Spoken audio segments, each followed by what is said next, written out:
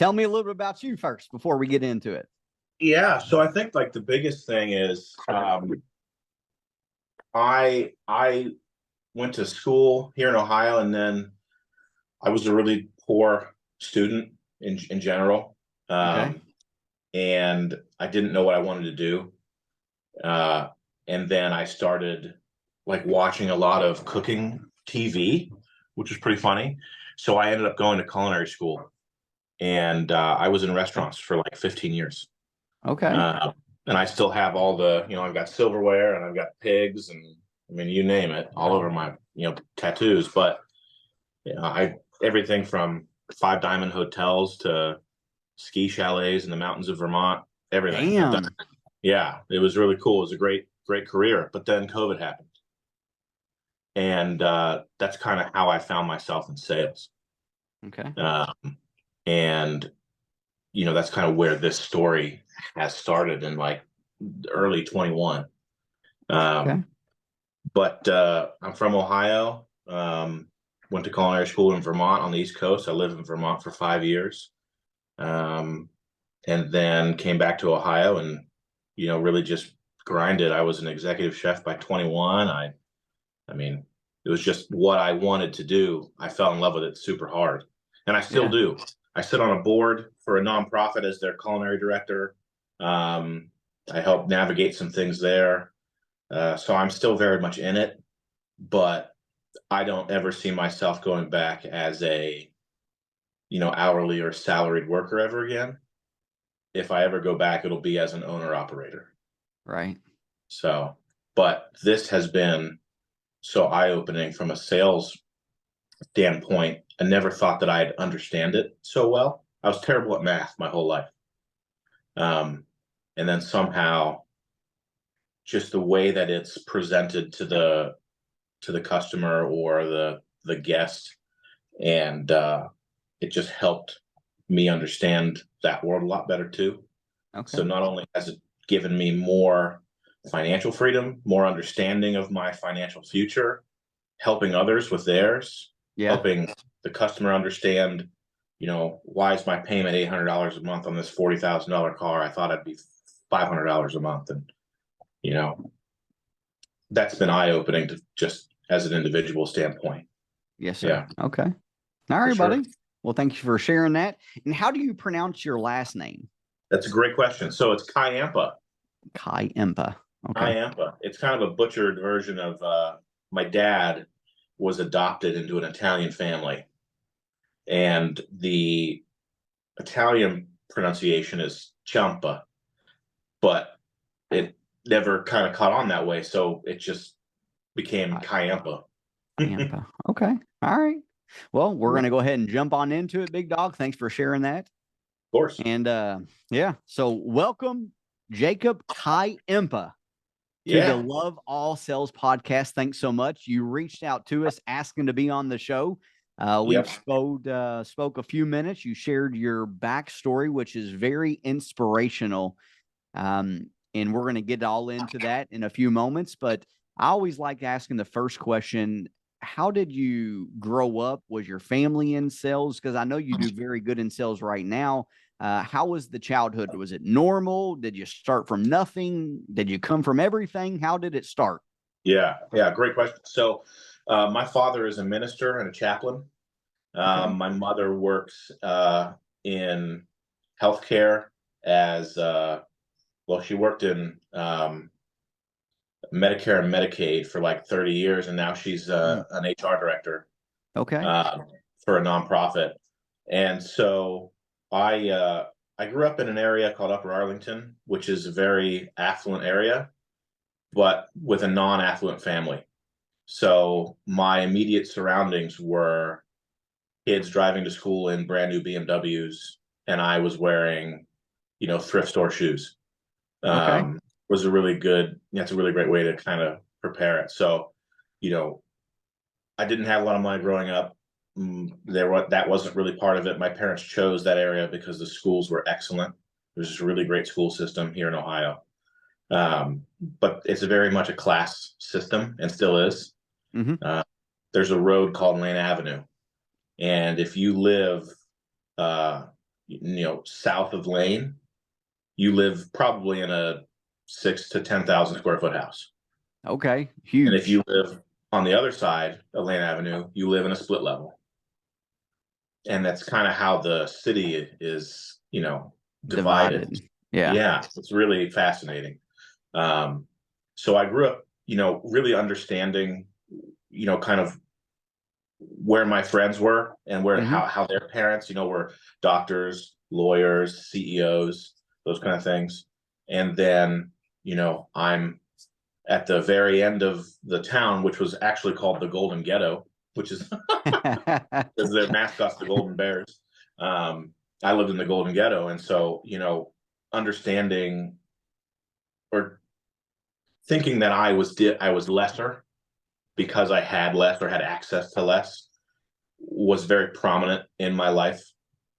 But then, once I graduated high school, it really changed for me because a lot of How? the people that I went to high school with who had everything, had Hmm. access to everything, were not able to put any meat on the pavement. They weren't able to push themselves or grind themselves or seek opportunities.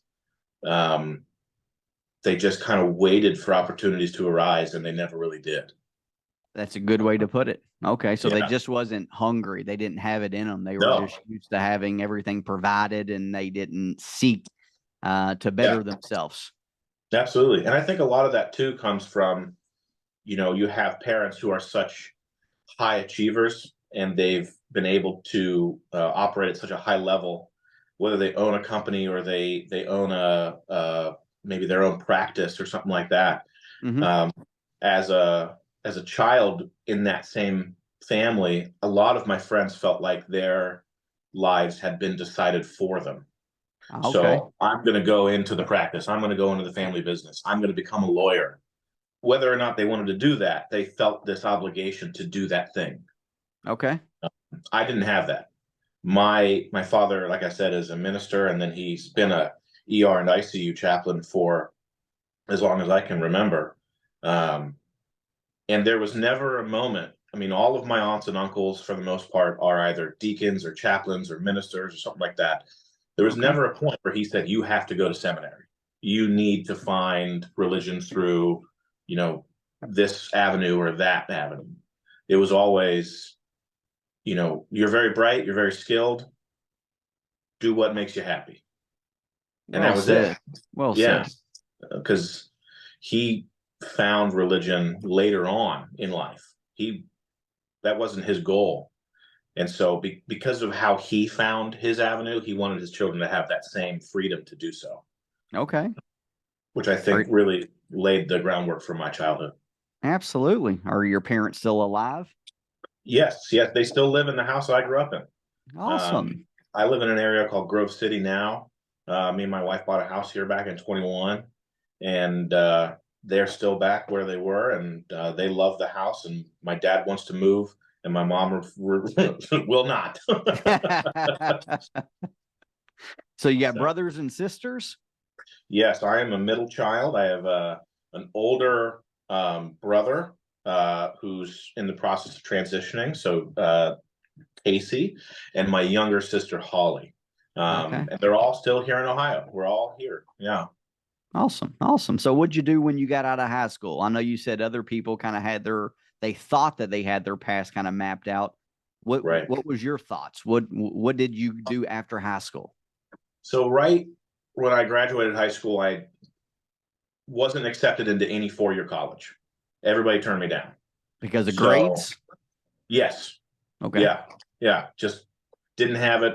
I was convinced I was going to go to Otterbein in Westerville because that's where all of my dad's side of the family had gone to, and I thought, well, I'll just go there. That makes sense. And they were like, nope, no thanks.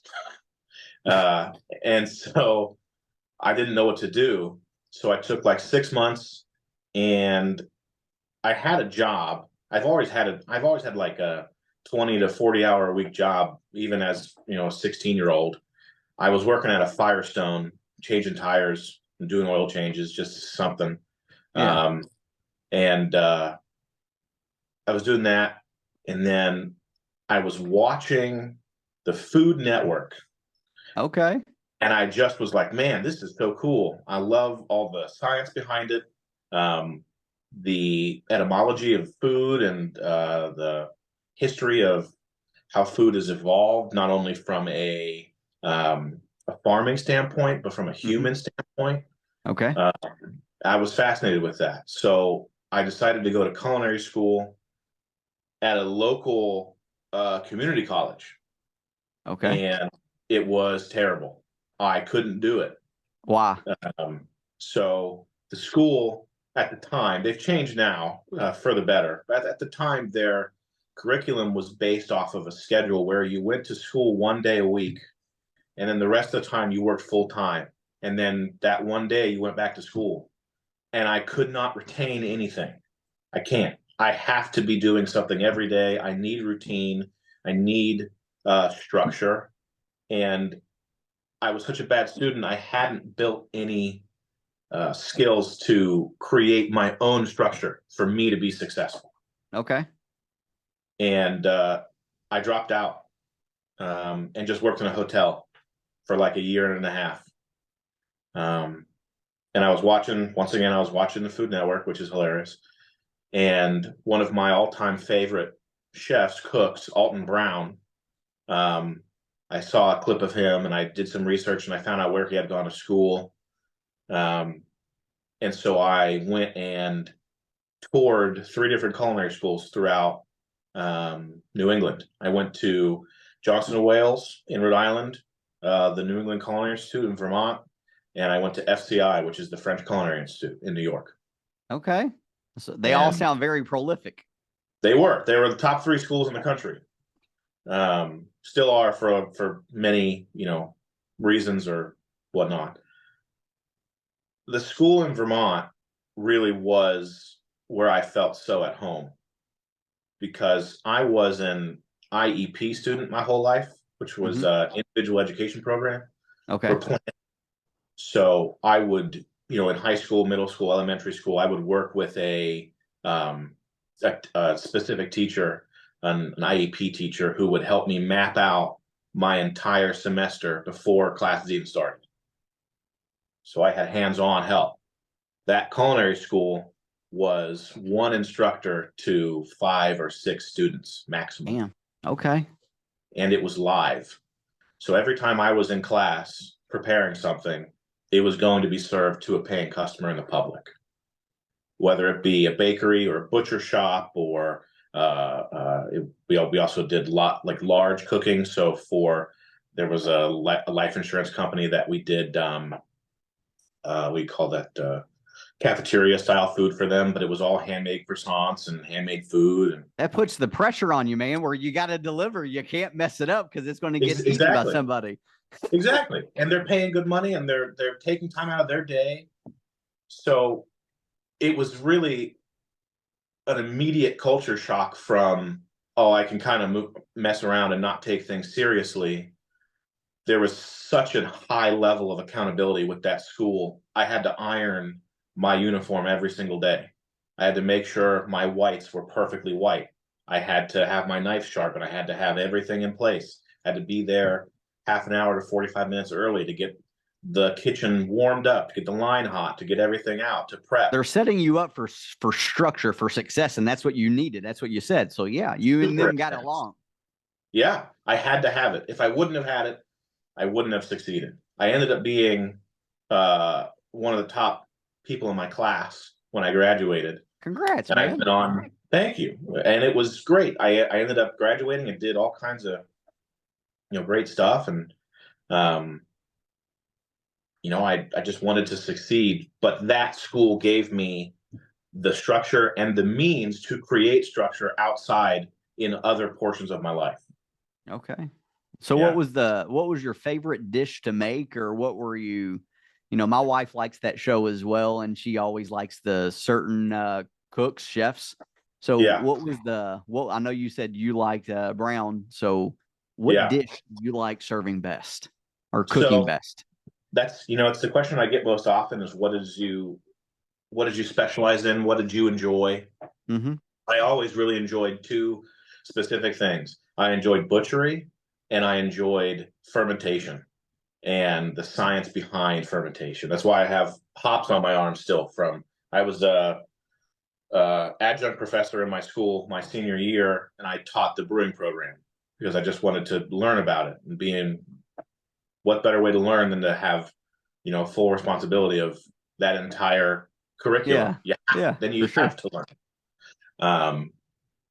And so my favorite thing to cook is probably, I mean, it sounds very American, but a really great cheeseburger or a really great steak, or a ribeye specifically for me. Mm-hmm. But I never focused on one type of cuisine. I never wanted to be, a single faceted cook. All right. Focused on French or Italian or this. I always focused on as much as I could. So that when I was in the real world, if someone said, "Can you make Korean food?" I could just say, "I'll figure it out," because I felt like that gave me more avenues. Okay. Yeah. So how long did it take you to graduate? How many years? It took me 2 years to 2 years. graduate. Okay. Yeah. And what'd you do Um, after the 2 years? Went right into cooking? yeah. After the 2 years, I had a position lined up with a local brewery in Stowe, Vermont, that I went right into as a sous chef, and I worked there. And then after that, I felt the need to go back to Ohio. Okay. So I worked there for about a year, and then I went right back to Ohio. And when I got back to Ohio, it was 2014. So I just kind of didn't know what I wanted to do, but I knew it needed to be in something that I knew about and something that I saw was lacking, because I could go in and I could prove myself really quickly and move up really fast. Okay. It's hard to step into a well-oiled machine and shine. So that's what I viewed it as. I wanted to be the shiny new cog in this sort of failing machine. And so I went to this little restaurant that ended up being I didn't even know this, it was part of a larger restaurant group. And I got hired as a line cook. And then a month later, I was a sous chef. And then a month later, I was an exec. And I ended up running a couple different restaurants for them over the course of like 2 years. And then I started working for another company. You can look them up. They're really famous here. It's Cameron Mitchell Restaurants. Okay. So he's a really fascinating story. If you want to read up on somebody who has a really unique story, he's a great person to read up on. And I worked for him. He has over 200 restaurants nationwide. Damn. Okay. I was a sous chef for him in one of his stores in the Arts District down here in Columbus, Ohio. And that just gave me, it's called the Pearl, but it's a really prolific high-end gastropub.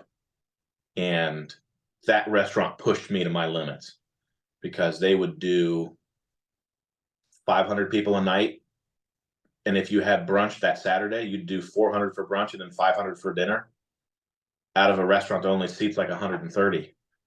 So it was just nonstop. And everything was made by hand. I mean, chicken stock was made by hand. We made our own kielbasa. We smoked it. We ground it. We ground all of the meat for our burgers. It was really Intense. an intense job. Yeah. High accountability. And I excelled there. And I got recruited to be the executive chef for Brewdog, which is this huge international beer company. You might know them. They're from Scotland. I worked as the executive chef and culinary director for them in their Canal Winchester location, where they have this huge hotel and this huge restaurant. It was 800-seat restaurant. We did events. I did that for about a year, and then I went to the last place that I was before I got furloughed, which was a local cantina here in Columbus, which is a great company. Just a really like no frills, like taco joint, Okay. but they have like 30 locations and they just figured it out. They figured out what works and what people like, and it's super simple. They are able to produce a lot of income from that one brand that they were able to create a secondary branch called the boutique side, which Okay. allows them to open individual branded restaurants that are not within the confines of their other brand. So they've got a sushi store, they've got an Italian restaurant, they have a couple different bars. I mean, it's just a really impressive company. And so I was a regional chef for them. My job was to open stores. So to just seek out new ideas, open stores, write new menus, staff them, build them out, cost them out, and get up and running, and then off to the next one. Yeah. So what you mentioned, you got furloughed. Is that because of COVID? Yeah, I was in the middle of a tasting menu with my owner for a new restaurant when Mike DeWine, the governor of Ohio, shut down the state. And we finished the tasting, and then about, I don't know, maybe 1 or 2 days later, they brought every single staff member in and said, everybody's furloughed, go for unemployment, and we'll figure it out. And then 3 months turned into 6 months. And then, that position of mine, which was spend a lot of money and build restaurants, was no longer there because Not of at what all. happened. No, you Yeah. can't do that. And that's not a them problem. It just is the world at the time. Yeah. I have one of their restaurants 3 minutes from where I live now. I go there every Tuesday. It's great. But, it was just like, we don't know when we can bring you back. And I don't think we can bring you back in the capacity that you were in. So I just decided that I've always loved cars and I've always loved people. So I decided to give sales a shot.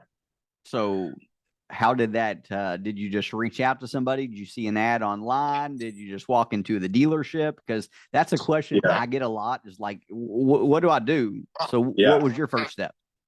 So my grandfather on my mother's side was the salesperson. He was like, tall, broad shoulders, gold chain. He sold Coca-Cola products back in the 60s.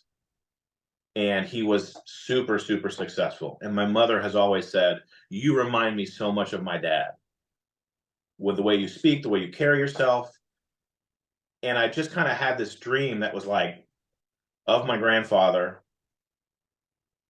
And I thought, well, if he could do it, I could do it. I just got to figure out where I can apply it. Right. And so I'm sitting, on my couch in my apartment. This is like late 2020, and I'm just applying to everything I could because there were hardly any jobs. But dealerships were getting blasted. They were so busy. And I realized this through social media. Everybody I knew was getting a new car. People who I knew could not afford that car, 2 or 3 years prior, were now in a brand new $30,000, $40,000, $50,000 car. Right. And I was like, that's pretty interesting. I wonder what's going on and how can I get my foot in the door there? So I applied to a bunch of dealerships. Nobody really got back to me except for two, a Toyota store and a Buick GMC store.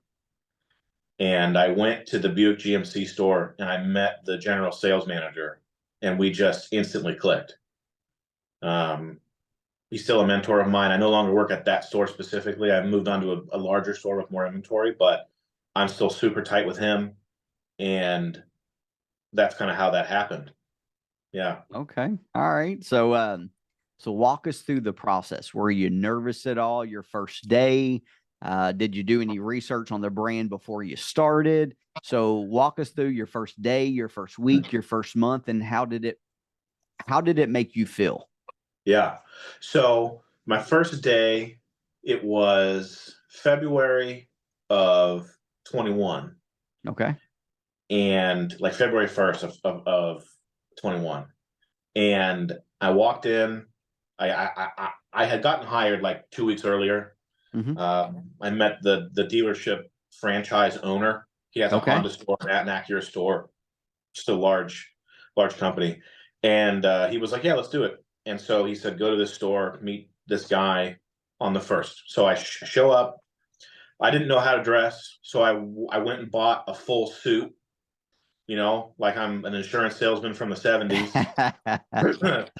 And I walk in, and the minute I walked in the front door, nobody greeted me. And I just thought that was strange, coming from a hospitality background where there's a host. Yeah. Oh my gosh. Like, you're on stage. You're always being viewed. Someone's always looking at you. So I just thought it was weird. I could see the salespeople at their desks, and they just kind of looked up at me and just kind of looked back down. And maybe they thought I was a bank rep, or maybe I don't know, but nobody. They judged. They judged. Yeah, exactly. And so I just walked up to the tower, to the sales tower, and I had looked who I was supposed to meet with up on their website, so I knew what he looked like. And so I walked up to him and I said, "Hi, I'm Jacob. I'm here to work today." And he was like, "Oh, okay, cool." He didn't even know I was coming. I think he had thought that I was going to start like March 1st or something like that. I don't know. But from my first day, I got my desk set up. I had to learn this thing called VIN solutions, which I didn't even know how to work, but I knew cars because I had worked on them when I was a teenager, and I've always loved them. So I knew where VIN numbers were. I knew what certain brands looked like. And I'm that kind of guy. I have a certain kind of memory where I can just remember what things look like and how they work. I'm very hands-on. I'm very mechanical. My writing looks like I'm a stroke victim, but I do woodworking. I have really, technical skill when it comes to mechanical work. So I understood the car aspect of it. And so my first day was just me. What'd you do your first day? I mean, because he didn't know you were really coming. So did you just go sit at a desk and do nothing the whole day, or what? Yeah. What happened? I got a desk. I set up my little, thing with my pens, and my girlfriend at the time, who's now my wife, had bought me like a little whiteboard that I can hang in the back and write things on and make it look cute. And I had a giant calendar, on my desk where I could write down my appointments, like, the 1990s. And I just kind of sat there and tooled around on the CRM and didn't really know how anything worked. Walked around the lot, walked around the cars. And I ended up, my first day, I met this couple outside just walking around. And I fell into my first used car sale. So no one greeted them. They were just out there walking. Terrible. Yeah. Yeah. Car was open. Nothing was locked. It was the one that they had driven 2 hours from where they lived to look at. They didn't set an appointment. They just literally drove 2 hours. Damn. They just drove 2 hours. They looked online. They called the dealership. They got the BDC. The BDC said, yes, that car is available. And then they just showed up. Nobody set an appointment. Nobody let them know they were coming. And I just was out there at the time that they were there. I saw them and I just said, "Oh, there's somebody outside in this car." So I walked up to them and said, "Hi guys, how can I help you today?" And they said, "We're here to buy this car." And I was like, "Okay." And so I brought them inside, and I had figured out how to add someone to the CRM. Yep. But that's basically where it stopped. I put them on a test drive. I got their license because I knew that was important. My general sales manager had given me a list, 8 steps to the sale. These are the things you have to do. And so every time they went to the bathroom, I was like, okay, what's next? I'm reading my sheet. Like, what am I supposed to do? So no one's coaching you through this at the moment. You're just figuring it all out. Yeah. He didn't even know I had a customer until he saw it in the showroom. And then he walked over and saw them at my desk. And I said, oh, I'm just about to set so-and-so up on a test drive on this used Acadia. And he's like, okay. And so they went on their test drive, and then he helped me understand like how to trade their car, how to find their payoff, how to do all these other pieces that were vital to the sale that I had no idea was going to happen.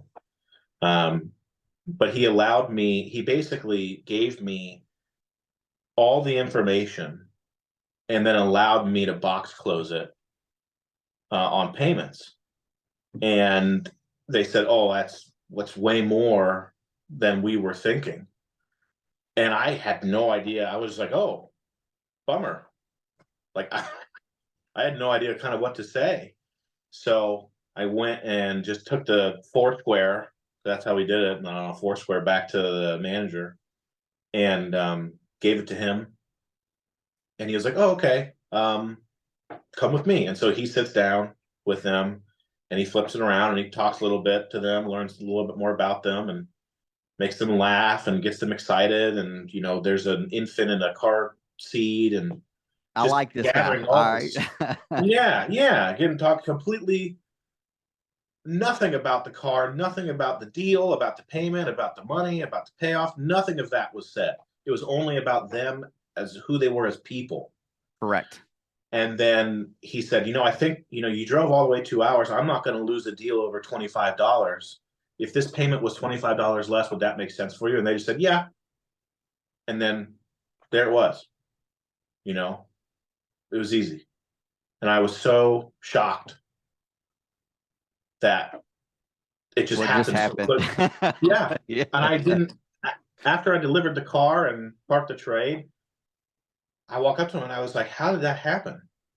And he said, well, we got them comfortable. We got them to understand more about them, to make sure that they felt, that we weren't just there to earn their business one sell time. A car. Yeah. Yeah. We care about them as people. And then the thing that I always say now, and what he said to me, and that's why I remembered, is I asked for the sale. I asked for it. So he gave them an option. He said, that makes sense to you. Will that make sense to you? And it was a yes or no question.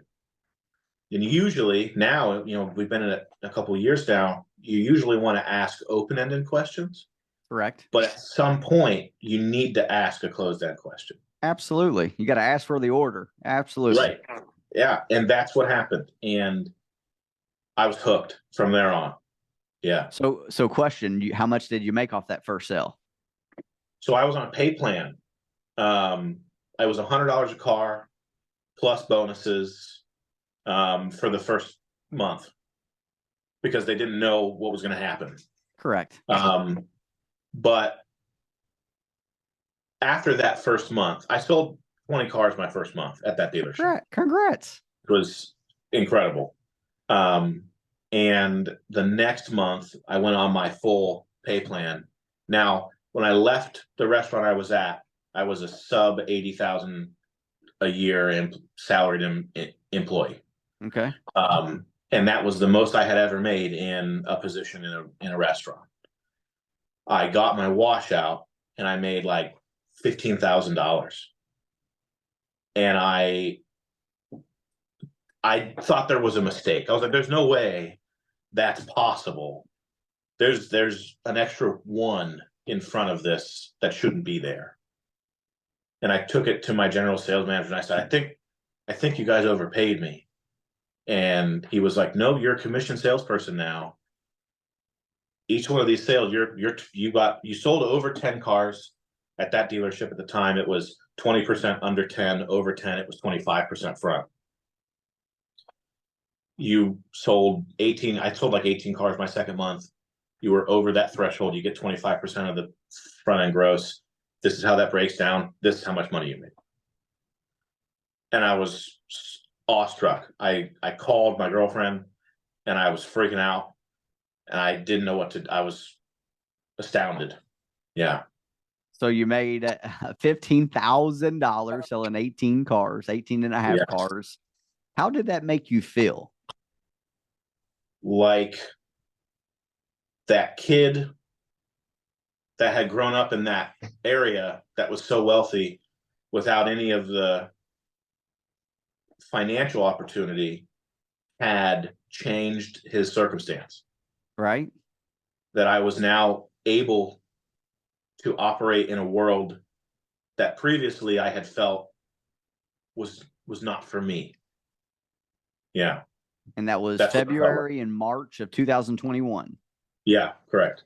So what did you end up banking in 2021 as a total? So 21, I did about 140. $140,000, averaged about 12 grand a month. Congratulations, Yeah. man. Didn't Thank think you. it was possible. Made about almost double what you would have made investing years and years and years into that craft. So that's awesome, man. So let me ask you this. What do you think makes you so successful hitting the ground running? What made you so successful? So I think the biggest thing is twofold. The first thing is understanding people. Okay. And being able to read people, listening to their situations. Maybe their husband died, or they're getting a divorce, or it's their first car outside of what the parents had helped them with, or whatever it may be. And being able to relate to that, genuinely relate to it, and my extensive experience in hospitality. That's a huge part of it. So service, and then also the fact that you don't talk about what you want to talk about, and that's just selling a car. You get to know people. It's more relationships. Yeah, it's I am a huge product knowledge guy because I was so focused on the science and the history of food. It's kind of impossible for me to not be interested in product knowledge. So I have a ton of that in general. But those two other things I feel like are so much more prevalent in every sale that I, get or I accomplish. I agree with you. I agree, because you got to think, if someone doesn't like you, but they love the car, they don't want to buy the car because they don't like you. So you are more important than the car. So I agree 100%. And then the guy that helped you on your first deal, is that the manager that you said are still very close with one another? Yes. I liked him because he went in there and made them like him, more relationship. And that's more my style, is getting to know people. So what's his name?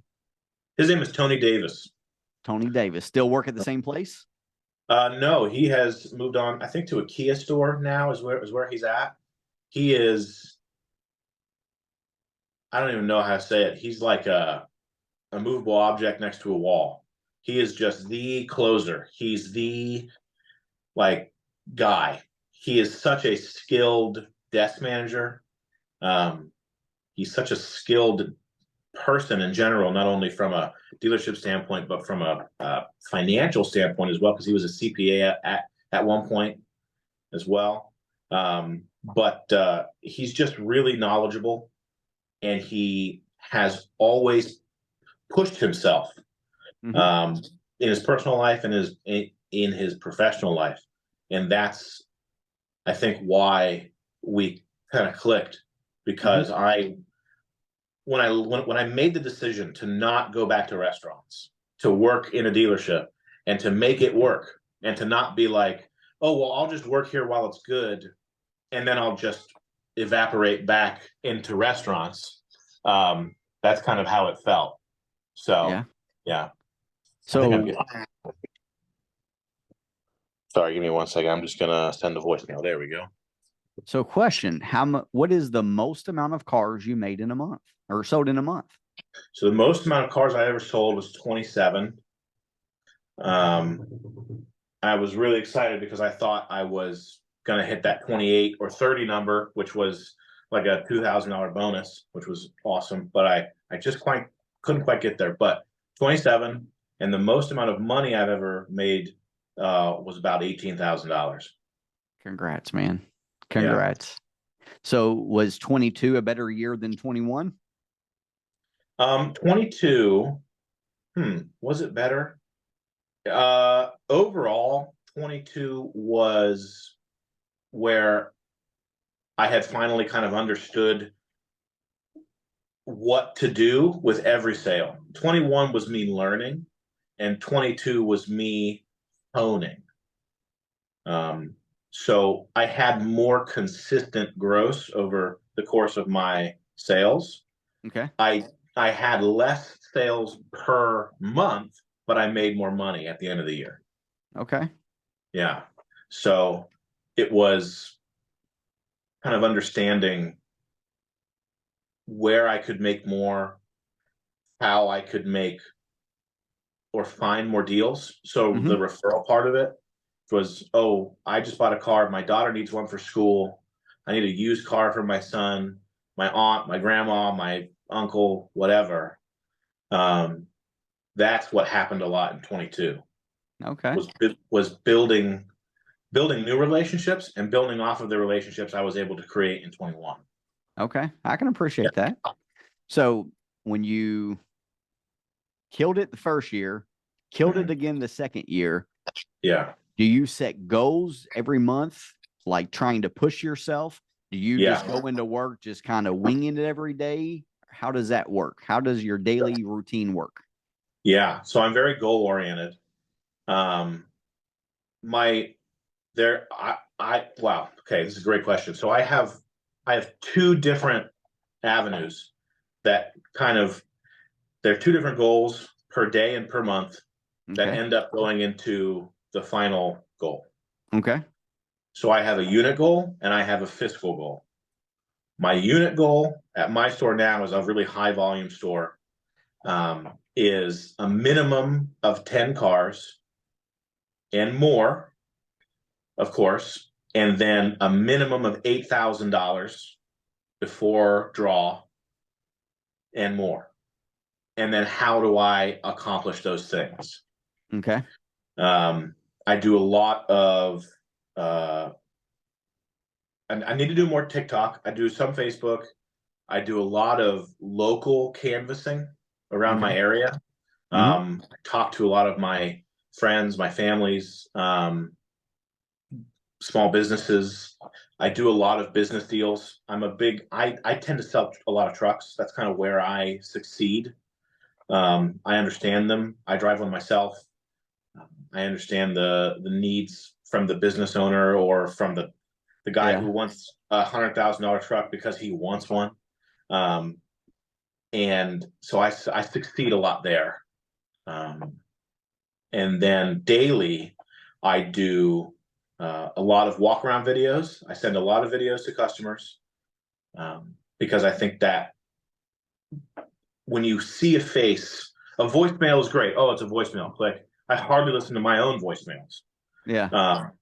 But if somebody sends me a video, I'm gonna watch it. Yeah, for sure. And that's how I feel customers are the same way, guests are the same way. So I put myself, in front of them. So because nobody's doing that. Not a lot of people are doing that. The stores around you are not doing that. You have to differentiate yourself. Yeah, I agree with you 100%. Yeah. How many vehicles does your sell that your store sells? I know you said it's a high volume. How many do they sell monthly? So in the Buick GMC store, we probably do 100 to 150. Okay. And then the Chevy store, it's about 200.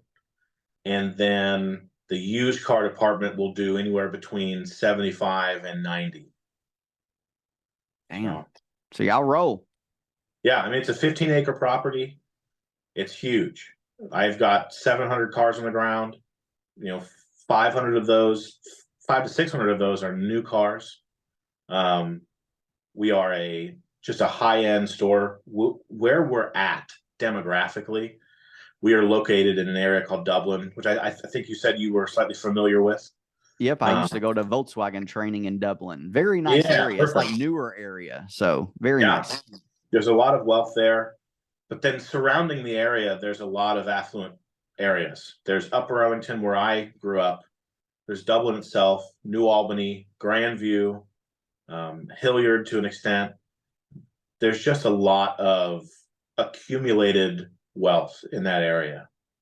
And because of that, our allocation base is significantly higher than everybody else's.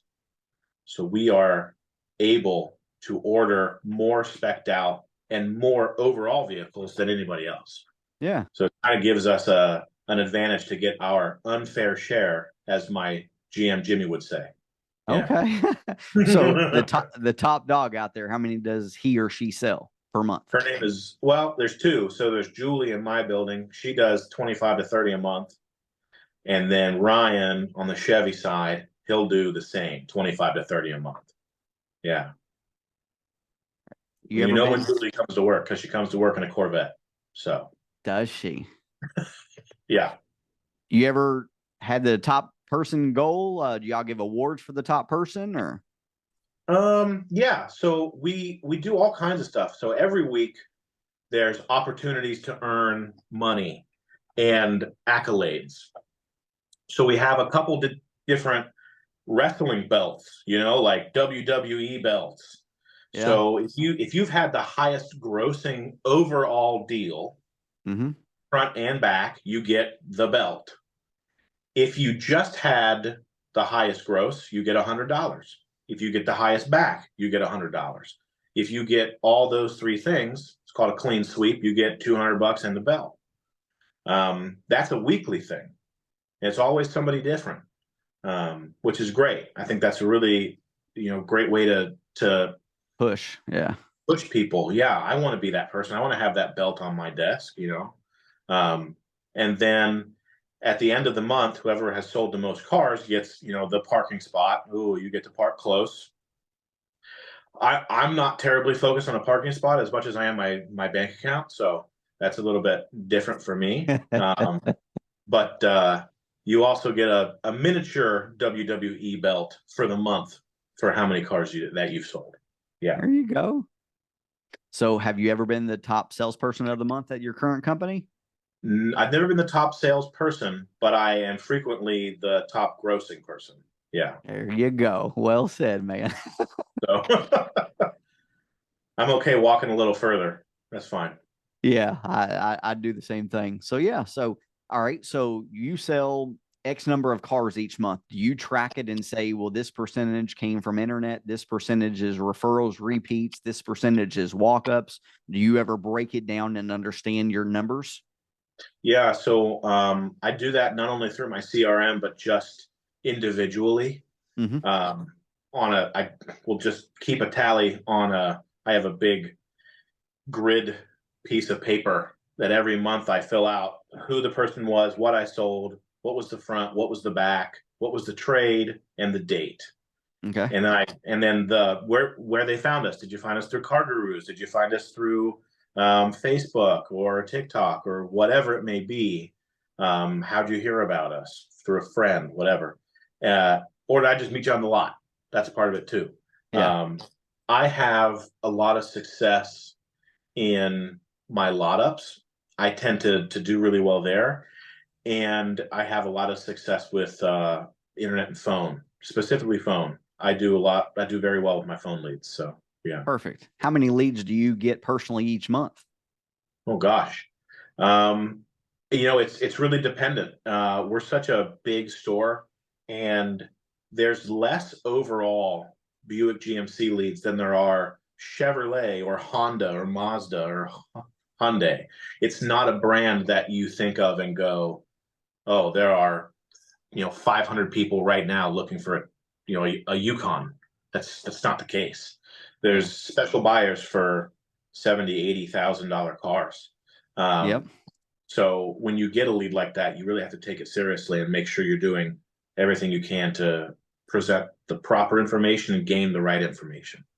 But number of leads that I'm getting per month, I would say anywhere between, I don't know, probably 35 and 70. It really depends on the month and, the market and all those things. Okay. All right. One question I like to ask everybody as well. What advice would you give a brand new salesperson coming into the automobile industry? What advice would you like to share with them? Words of wisdom. Words of wisdom. The first thing is go to a brand that you are excited about, because it's really hard to sell something that you are not interested in. You have to be excited about the product. That's a big part of it for me. I'm a genuine person. If I'm talking about something that I'm not excited about, you can tell because I'm just kind of not excited. Yeah. Yeah. The second thing that I would say is really, advice is, you're excited to go into the dealership. You're excited to get a job. Go to multiple stores, meet the sales staff, meet the desk manager, and kind of don't tell them that you're there for an interview. Just go there. Pretend that you're a customer. Secret shop. See if you like the vibe that store has. Don't just take the first offer that comes to the table. I did that. It worked out for me. But I was more excited about the brand. I went to brand first, and then it ended up working out. But if you started a store and it's really toxic, or there's a lot of people who are just gossiping and keeping you down, and they have negative talk or negative thought, negative speech, that's only going to affect you and your ability to do your job. Mm-hmm. And I think I think having a place to go that you're excited about, where you feel like you're actually part of a team, that's important. Okay. Yeah, absolutely. Thank you for sharing that. And where can people come buy a car from you at? What's the name of the dealership? I am at Reichert Buick GMC and Chevrolet and used in Dublin, Ohio, at 2539 Billingsley Road in Dublin, Ohio, which is 43235. Perfect. You on social media, right? Yep, on social media, Facebook, TikTok. I don't have an Instagram, but that's all I got. Yeah. All right. Well, thank you so much for being on today. It's been an absolute pleasure. It's, you use the setback into a positive, and it's, I just speaking with you for an hour, I can understand why people would want to buy a car from you. You're very personable. You're very you speak very good. So I can definitely appreciate and understand why you do so good. Well, I appreciate that, Brent. I appreciate you having me on. Hopefully we can, inspire people to, get out there and go after their dreams and accomplish things that they never knew they were capable of. So, yep. yeah. And then Columbus, you all have probably one of my favorite zoos that we go to a couple times a year. Amazing zoo up there, man. Incredible. Yeah, it's incredible. So definitely come check out the Columbus Zoo. It's the best. And I'm not too far from it. So come look at the zoo and then come hang out with me. All right, buddy. I'll reach out to you when we come out there. We do a couple times every year, and then you can tell me or point me in the right direction of some good food places. Awesome. I definitely can. All right, buddy. Well, you enjoy your day, and it's been an absolute pleasure. Awesome. Have a great Valentine's Day with your wife. Thank you, sir. Yeah. Bye-bye.